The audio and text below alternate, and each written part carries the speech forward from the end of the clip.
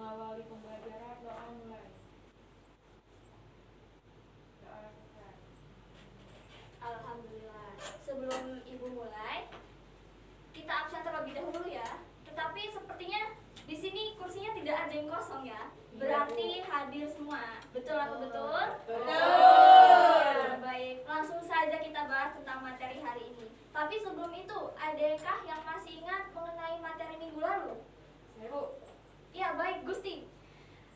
Baik Bu, jadi kemarin kita membahas mengenai penjajahan dan kebijakan kolonialisasi Belanda yang ada di Pulau Jawa, Bu. Ya, betul sekali. Adakah yang masih ingin bertanya tentang materi minggu lalu?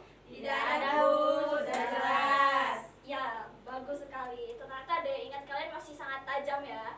Ibu punya sesuatu untuk kalian. Kalian ada yang tahu nggak ini apa? Uang. Iya uang. Tapi bukan itu yang Ibu ingin tanyakan. Kalian tahu nggak? Di sini ada siapa? Saya, Bu. Ya, siapa Jihan? Pahlawan Imam Bonjol. Ya, betul sekali, pahlawan Imam Bonjol. Tapi kok dari mana sih dia bisa-bisa disebut sebagai pahlawan? Ada yang tahu? Tidak, Bu. Nah, ini di mana? Padang. Atau tepatnya di Sumatera Barat. Nah, kira-kira dari kedua ini apa sih kaitannya yang terjadi di Padang, Sumatera Barat, atau kita kenal disebutnya sebagai daerah Minangkabau yang terjadi pada masa kolonialisme. Nah, anak-anak bisa lihat di sini Perang Padri. Ini adalah materi yang akan kita pelajari pada pagi hari ini. Di sini ada ilustrasinya. Di sini ilustrasi dari Imam Bonjol yang berperang. Sebelum Ibu bahas, di sini ada tujuan pembelajaran yang akan kalian amati. Yang pertama, kalian mampu menjelaskan latar belakang munculnya Perang Padri. Yang kedua, menguraikan jalan Perang Padri dalam 3 tahap. Yang ketiga ada menguraikan akhir dari Perang Padri. Dan yang keempat adalah menyebutkan tokoh perlawanan dalam Perang Padri dan menjelaskan perannya. Baik, sebelum Ibu mulai masuk ke dalam materi, tolong disimak baik-baik. Dan setelah pemaparan materi, Ibu akan menugaskan kalian untuk membuat tugas proyek berupa mind mapping. Baik, di sini kita masuk kepada materi kita. Perang Padri tahun 1821 hingga 1838. Indikatornya tadi sudah jelas, ada 4. Selanjutnya, di sini ada latar belakang dari terjadinya Perang Padri. Diawali dari adanya konflik internal antara kaum Padri yang baju putih dan kaum adat yang berbaju hitam.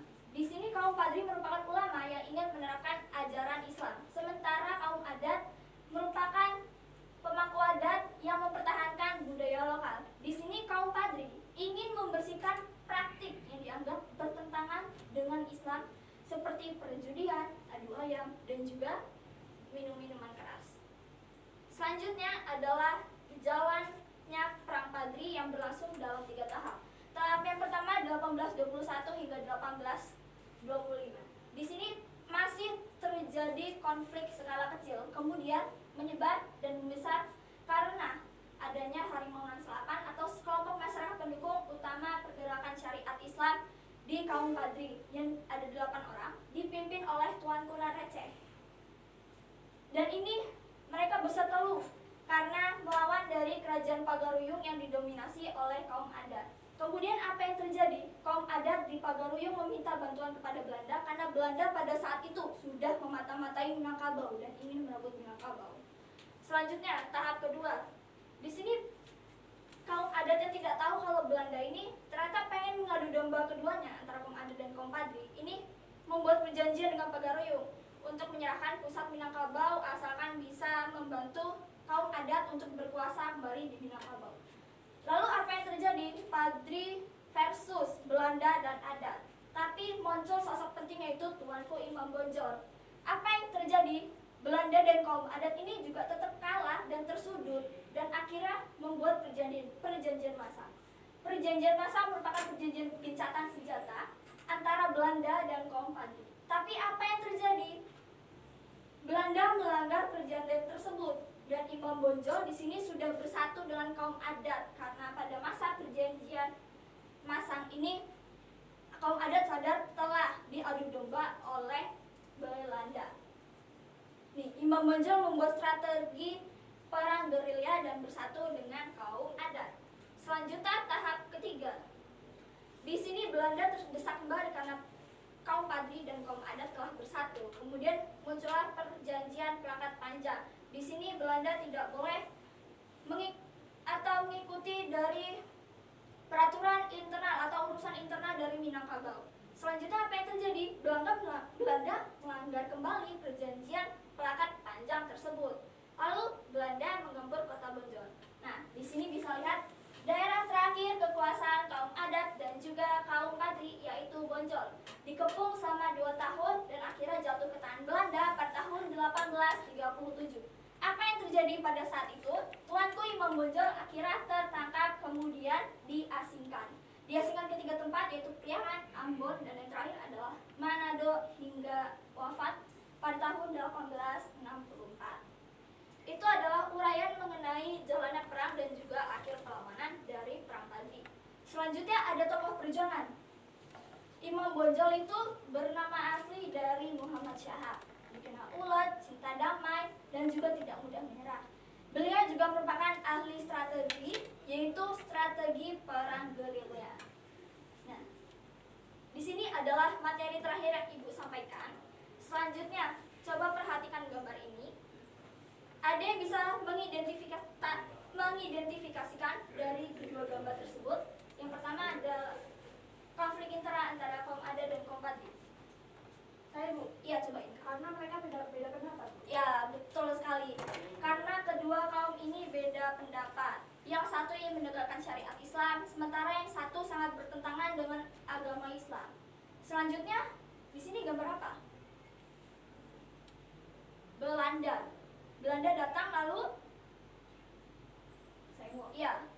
Jadi Belanda datang dan memanfaatkan situasi mereka pura-pura membantu kaum adat padahal ingin menguasai wilayah Minangkabau. Nah, disinilah Tuanku Imam Bonjol muncul sebagai pemimpin yang berjuang mempertahankan tanah airnya.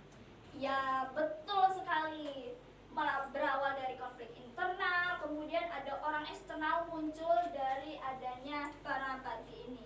Oke, baik. Itu adalah pemaparan materi dari Perang Padri.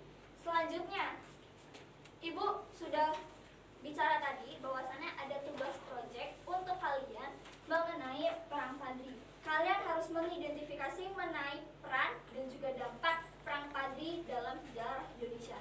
Di sini Ibu membagi 2 kelompok. Ibu bagi tengah saja ya. Di sini ada Gustin dan Inka yang membahas mengenai peran Perang Padri. Selanjutnya adalah Jihan, Nafasha, dan juga Nesa yang membahas mengenai dampak Perang Padri.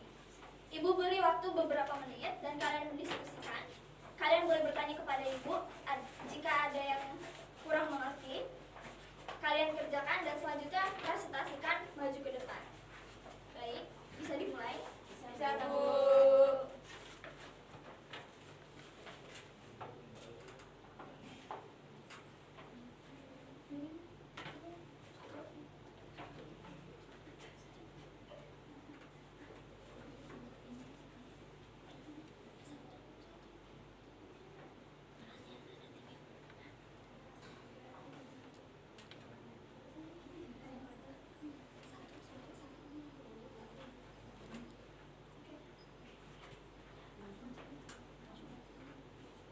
Baik, sepertinya sudah selesai ya. Sudah, Bu.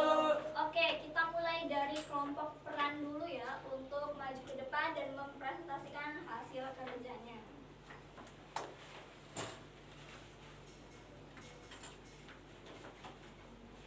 Baik, di sini ada peran Perang Padri itu ada 3, yaitu kaum adat, kaum Padri, dan Belanda. Kaum Padri itu menolak gerakan kaum Padri.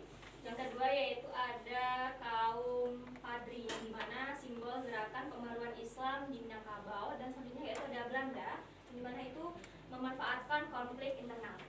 Ya, tepuk tangan untuk kelompok 1. Baik, terima kasih. Silakan duduk kembali. Selanjutnya kelompok 2 atau kelompok dampak.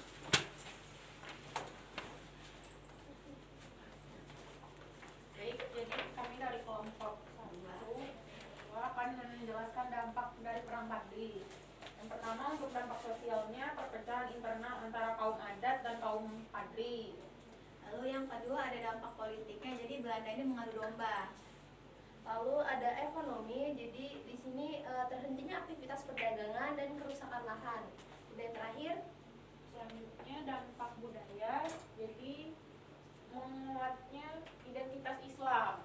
Mungkin cukup dari kelompok kami, Bu. Ya, oke, beri tepuk tangan kembali untuk kelompok 2. Nah, baik. Sepertinya kita sudah melewati beberapa tahap ya. Tadi sudah pemaparan materi, juga sudah diskusi, ini sudah proyek lagi. Sepertinya kalian butuh pendinginan sejenak ya.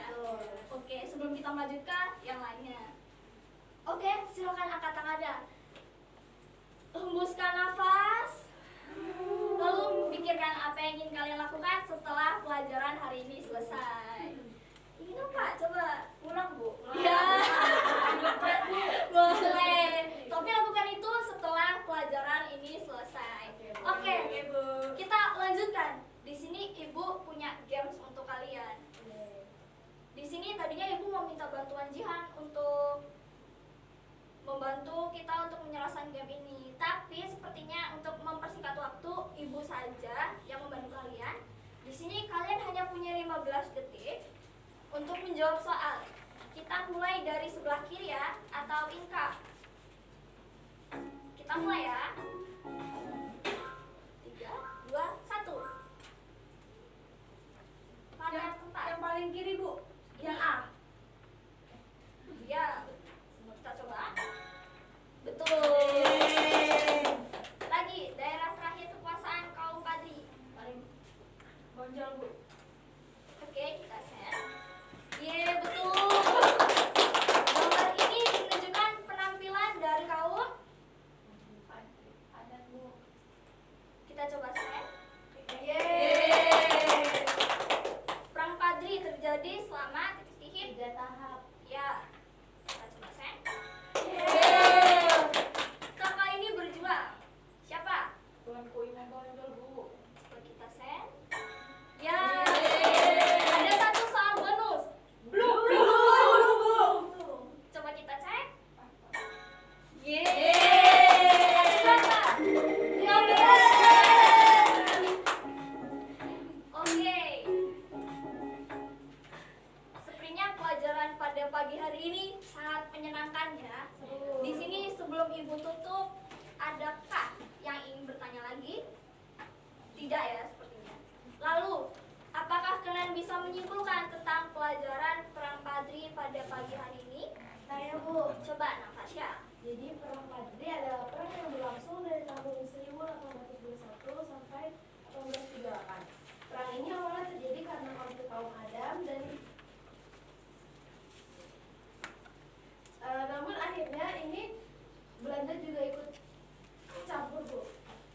Ya, betul sekali karena dari awalnya konflik internal antara kedua kaum, lalu muncul Belanda yang tiba-tiba datang dan ternyata ingin mengadu domba dan ingin memperoleh Minangkabau. Selanjutnya ada yang bisa menyimpulkan kembali? Ibu, coba Gusti. Jadi selain itu perang Padri berlangsung selama 3 tahap, ya, di mana di masing-masing tahap ada perjanjian, baik itu dari kaum adat ke Belanda dan kaum Padri ke Belanda. Imam Bonjol adalah tokoh yang gigih yang menyatukan kembali kaum adat dan Padri untuk bersatu melawan Belanda meski netral. Ya, boleh tepuk tangan?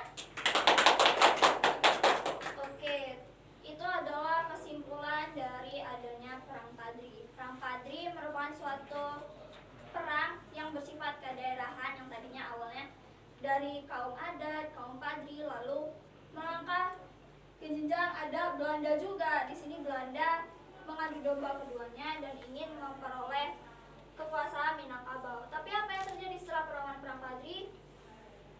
Masyarakat Minangkabau atau kaum adat dan juga kaum Padri ini sangat kewalahan untuk melawan Belanda meskipun beberapa tahap sudah dilakukan. Di sini sebelum Ibu tutup, ada yang ingin bertanya lagi? Oke, baik. Berdoa terlebih dahulu sebelum kita pulang ke rumah masing-masing. Untuk ketua kelas silahkan pimpin doanya. Untuk mengakhiri pembelajaran, doa ya. Doa selesai. Baik, sebelum itu Eda yang ini Bu sampaikan mengenai kualitas dari Perang Padri ini. Kalau kita lihat Perang Padri kan ada di Sumatera Barat atau Padang.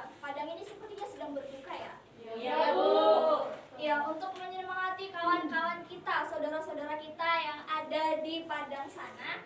Ada lagu daerah yang membuat kita semangat mengenai arti dari kegotong royongan, rasa satu persatuan dari masyarakat Minangkabau atau Padang ini. Ada yang tahu lagu tentang Kampung Nanjau di Mato? Tahu. Oke, silahkan berdiri. Kalau ada yang tahu lagu ini, silahkan mengikuti dan tepuk tangan. Kalau tidak tahu, boleh tepuk tangan saja. Kita mulai ya. 1, 2, 3. Kampung